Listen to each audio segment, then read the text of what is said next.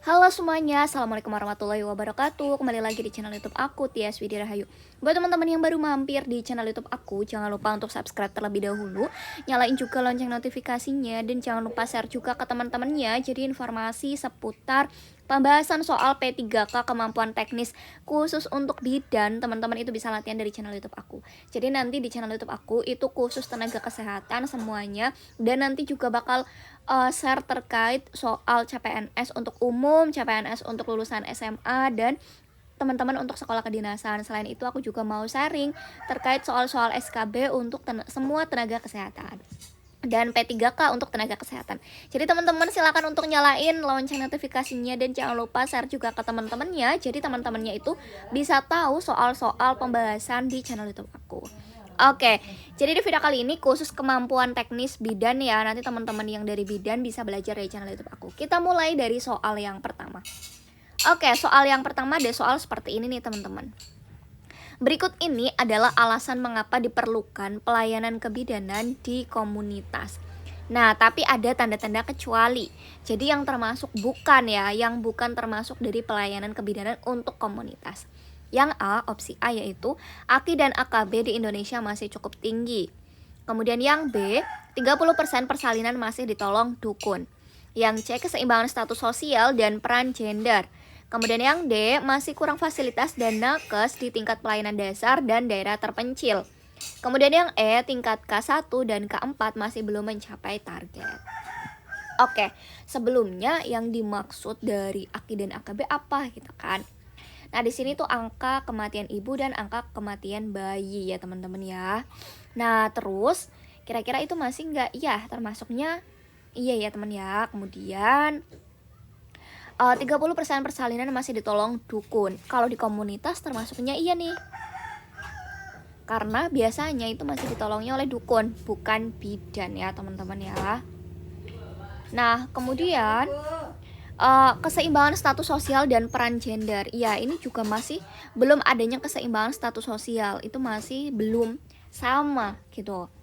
Kemudian masih kurangnya fasilitas dan nakes di tingkat pelayanan dasar dan daerah terpencil. Iya benar, apalagi di daerah terpencil nih teman-teman, perlu adanya bidan desa atau bidan di daerah. Tingkat pelayanan dasarnya juga gitu.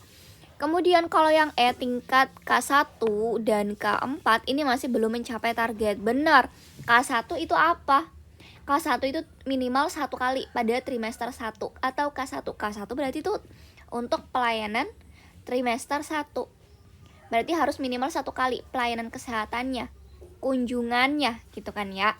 Kunjungan antenatalnya K1 minimal 1 kali. Kalau K4 ini untuk minimal ya 4 kali selama kunjungan gitu. Mohon maaf ya, tumben-tumbenan ini aku nggak fokus. Jadi kalau K4 ini kontak minimal 4 kali selama masa kehamilan. Oke, kalau 4 kali itu berarti usianya sudah masuk ke trimester ke 3 teman-teman ya. Oke, jadi seminggu minimal bisa dilakukan kalau di sini itu usia kehamilan 13 sampai 24 minggu untuk yang K2. Kalau yang untuk K1 itu untuk usia kehamilan 1 sampai 12 minggu. Gitu teman-teman. Nah, jadi nanti untuk di sini yang K4 minimal berarti kontaknya 4 kali selama masa kehamilan. Nah, berarti teman-teman kalau misal di sini tingkat ininya masih belum tercapai karena di daerah desa, berarti itu masih benar ya. Terus yang salah apa? Kecuali berarti yang A. Angka kematian ibu dan angka kematian bayi di Indonesia itu masih cukup tinggi. Kayak gitu. Karena memang keseluruhan, bukan hanya di komunitas saja. Gitu ya teman-teman ya. Soal nomor 1 jadi jawabannya yang A. Oke, kita lanjut ke soal yang kedua. Nah, soal yang kedua di sini ada soal seperti ini teman-teman. Isu etik dalam pelayanan kebidanan dan praktek kebidanan. Kemudian yang kedua, pengambilan keputusan etik dalam praktek kebidanan. Yang ketiga, refleksi kritis menyikapi isu etik dalam pelayanan kebidanan. Yang keempat, konsep keselamatan pasien dan komunitas. Uraian tersebut merupakan area kompetensi pada bidang apa nih teman-teman? Yang A, komunitas efektif. Yang B, etik legal dan keselamatan pasien. Yang C, pengembangan diri dan profesionalitas. Yang D, landasan ilmiah praktek kebidanan, atau yang E, keterampilan klinis dalam praktek kebidanan. Karena di sini ada hubungannya etik gitu ya. Kemudian praktek kebidanan, kemudian pengambilan keputusan etik dalam praktek kebidanan, refleksi kritis menyikapi isu etik dalam pelayanan kebidanan, area konsep keselamatan pasien dan komunitas. Berarti ini ada hubungannya nih dengan etik, legal, dan keselamatan pasien. Jadi biasanya setiap soal itu sudah ada kata kuncinya untuk menjawab. Komunitas efektif bukan. Pengembangan diri dan profesionalitas juga bukan. Landasan ilmiah praktek kebidanan juga bukan. Keterampilan klinis dan dalam praktek kebidanan juga bukan. Jadi jawaban yang paling tepat adalah yang B, etik, legal, dan keselamatan pasien. Oke, gampang banget kan teman-teman dalam memahami soal. Oke, kita lanjut ke soal berikutnya ya. Oke, sebelum lanjut ke soal berikutnya, jadi di sini tuh aku membuka bimbel khusus P3K perawat dan nurse. Selain itu untuk bidan juga aku membuka ya, tapi nanti untuk yang bidan hanya ada kemampuan manajemen, manajerial, kemudian sosiokultural, dan wawancara. Karena nanti untuk bidan kita buka secara umum saja. Tapi untuk yang nurse itu nanti akan ada kemampuan teknisnya juga. Harganya 150.000, ini dibuka untuk gelombang yang ke-7 bulan November. Di awal November ya, insya Allah pada tanggal 5 atau 7 gitu ya. Itu udah mulai bimbel, jadi buat teman-teman silakan untuk mendaftar dari sekarang. Harganya 150.000. Nanti teman-teman bisa langsung menghubungi ini. Nanti akan mendapatkan ini poin 1, 2, 3, 4, 5 kayak gitu. Teman-teman bisa langsung menghubungi WhatsApp aku.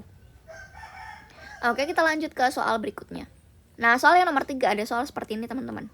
Berikut ini yang bukan merupakan tanggung jawab pemerintah di bidang kesehatan adalah: yang A, menyelenggarakan upaya kesehatan yang merata dan terjangkau oleh masyarakat. Iya. Yang B, menyediakan sumber daya di bidang kesehatan yang adil dan merata. Oke. Yang C, menyediakan edukasi kesehatan untuk meningkatkan dan memelihara derajat kesehatan yang setinggi-tingginya. Yang D, bertanggung jawab pelaksanaan jaminan kesehatan. Atau yang E, mengirimkan laporan hasil penelitian dan pengembangan kepada menteri. Yang bukan merupakan tanggung jawab pemerintah nih dalam bidang kesehatan. Yang bukan berarti apa nih teman-teman? Menyediakan edukasi kesehatan, iya. Bertanggung jawab pelaksanaan jaminan kesehatan, iya. Tanggung jawab pemerintah di bidang kesehatan mengirimkan laporan hasil penelitian dan pengembangan kepada menteri, ini bukan termasuk ya ini termasuk kesehatan, cuma kalau ini bisa ranahnya lebih ke dosen atau yang lebih tinggi gitu kan, misal di kementeriannya gitu atau dinkesnya. Tapi kalau yang ini jawabannya adalah yang E, karena bukan.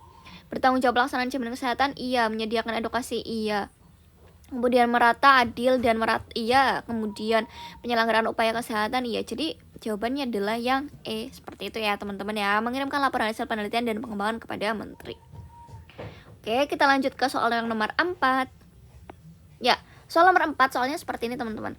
Pengobatan dan perawatan dengan cara dan obat yang mengacu pada pengalaman dan keterampilan turun-temurun secara empiris yang dapat dipertanggungjawabkan dan diterapkan sesuai dengan norma yang berlaku di masyarakat merupakan pelayanan kesehatan di bidang apa nih? Tradisional, rehabilitatif, kuratif, preventif, atau promotif. Perawatan dengan cara dan obat yang mengacu pada pengalaman dan keterampilan turun-temurun. Berarti tradisional ya, lebih tepatnya dengan tradisional. Jawabannya yang A. Oke, gampang banget kan? Kita lanjut ke soal yang terakhir ya. Karena ada hubungannya dengan keterampilan turun-temurun, berarti kita lebih ke tradisional. Meskipun ada obatnya, tapi obatnya itu biasanya dibuat secara turun-temurun dan pengalaman yang sudah berlalu, kayak gitu. Oke, kita lanjut ke soal nomor terakhir. Ya, soal nomor 5, soalnya seperti ini teman-teman.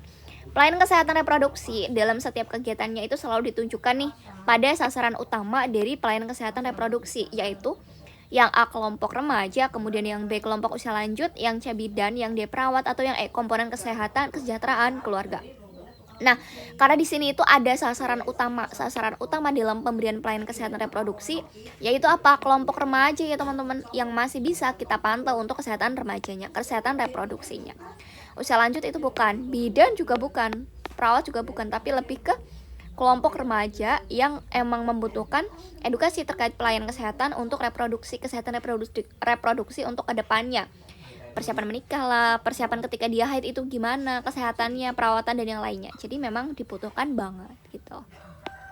Oke, iya, itu merupakan 5 soal persiapan ujian P3K khusus untuk tenaga kesehatan bidan. Jadi nanti teman-teman bisa latihan dari channel YouTube aku untuk persiapan P3K tenaga kesehatan terutama untuk bidan, dan insya Allah nantinya bakal ada penyuluh kesehatan, kemudian kesmas, administrasi kesehatan, dokter umum, dokter gigi, terapis gigi, dan yang lainnya. Jadi insya Allah nanti aku bakal sharing seputar tenaga kesehatan di channel YouTube aku. Jangan lupa untuk subscribe, nyalain lonceng notifikasinya, sehingga teman-teman gak bakal ketinggalan informasi dari channel YouTube aku. Terima kasih, bye-bye.